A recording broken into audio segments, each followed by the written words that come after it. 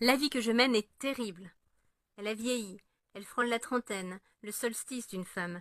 On l'a souvent malmenée, y compris le roi, qui souvent l'abandonne quand un ministre lui est hostile. Son obsession du roi, son souci d'enrichir sa famille et demeurer à Versailles la tourmente sans répit.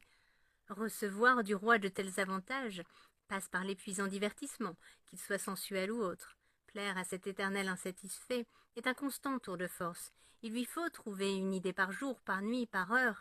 Il lui faut investir une imagination et une terrible force mentale pour se faire aimer de ce vampire que bouleverse et ennuie le moindre choc. En quelques secondes, il peut devenir cet homme désagréable, muet, replié, dépressif. La chasse l'excite d'un rythme plus véhément que l'amour. L'amour. Bien sûr, la marquise a des inventions sensuelles, mais peut-elle mener sans monotonie à l'exultation, ce mal à qui ne suffit pas la certitude d'être aimé? Sa fragilité et son incapacité aggravée à supporter l'acte sexuel dont le fringant monarque est sans cesse exigeant. Louis, depuis l'éloignement physique de la marquise, traversait des crises d'impuissance. Elle ne pouvait pas, il ne pouvait plus exulter en elle. Il lui en voulait sourdement, sa frigidité entraînait ces pannes qui déroutent les mâles.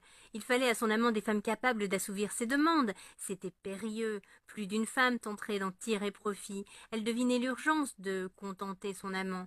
Voici le temps où, d'amante, la marquise devenait l'amie nécessaire, la complice. Elle décida de fermer les yeux et de lui accorder toutes les aventures possibles. Elle en frissonnait, mais à son air à nouveau égayé, elle sut qu'il fallait songer sérieusement à lui fournir ces plaisirs-là. Extrait de Madame de Pompadour. L'ami nécessaire.